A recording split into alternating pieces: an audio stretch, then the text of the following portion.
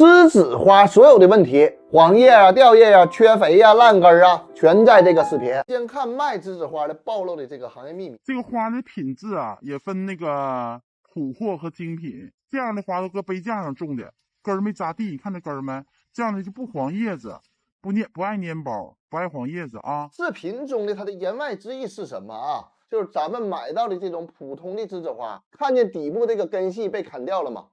就是底部扎到土里边吸收水分养分能力特别强的根系，都被剪掉了。所以说它到家必须黄叶，必须掉包。像那种买来花苞比较多的，刚买来它就开始发黄，就是根系养分吸收不足。所以说这些花苞后期全掉。我再来一刀给你解剖一下，看见里边这个结构了吗？包括外边这个全是根儿，这个介质其实是非常少的。那么它整个这个花盆不保水不保肥，根系又被砍掉了一部分。咱们自己想一想啊，这么大个灌服，这么多花苞，水分养分供应必须得足足的。就这个圆盆的，咱们每天都要进盆去浇水。家里温度20度以上的，阳光比较好的，可能早晚咱们都得去浇水。听我的啊，你别怕烂根儿。这个介质啊很暄乎，里边全是空气，其实它就怕缺水，你使劲浇没事儿。很多人说这个栀子花啊，它缺铁性黄叶，你调酸补铁效果不大，其实它就是黄化病、铁、铜、硫、镁、氮，它全缺，就是这个介质里边根儿多，土相对来说相对比较少，没有任何肥力了。所以说咱们每次浇水兑点这个营养液，它是有机的腐殖酸，不存在烧根的情况。通用的和官花的1比3000兑水交替去使用，咱们给它综合性的补充全元素，这样这个栀子花它不缺水不缺肥，它这个花苞啊才能顺利的打开，它才能不黄叶。然后这个花全开了以后，咱们尽快去换盆。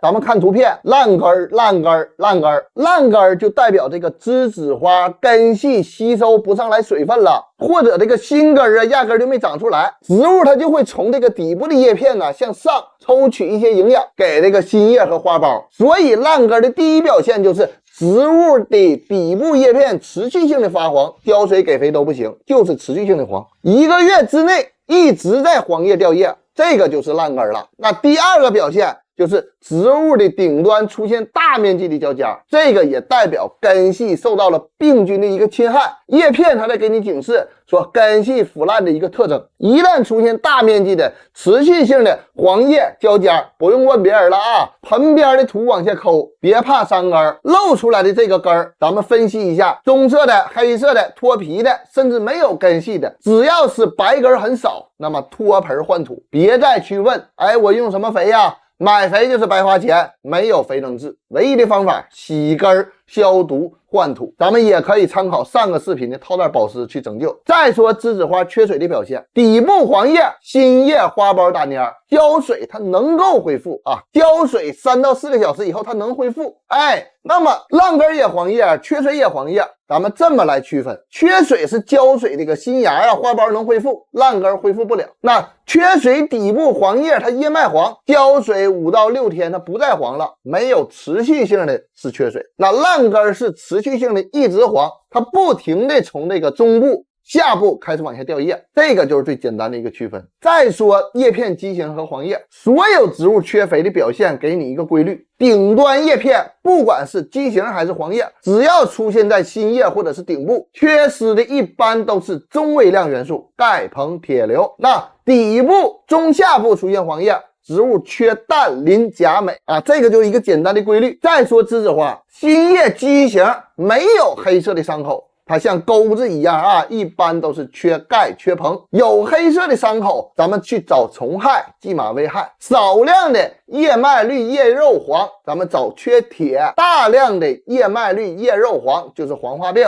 这个就是因为钙、硼、铁、硫在植物体内的移动性比较慢，导致的植物新叶出现问题。那这个问题咱们就可以用这个钙镁型的营养液去喷叶加灌根去使用。记住中微量元素缺失一定要喷叶见效才快。那正好现在3到5月份植物生长旺季到来，中微量元素一定要提前去补充。钙镁营养液连续给它几次，预防黄叶和畸形的发生。老叶发黄，咱们找氮肥和镁肥。那缺水野黄叶、缺肥野黄叶，咱们又怎么去区分？小技巧又来了，栀子花缺水是叶脉往外黄的居多，但是缺肥是从叶外边往里黄。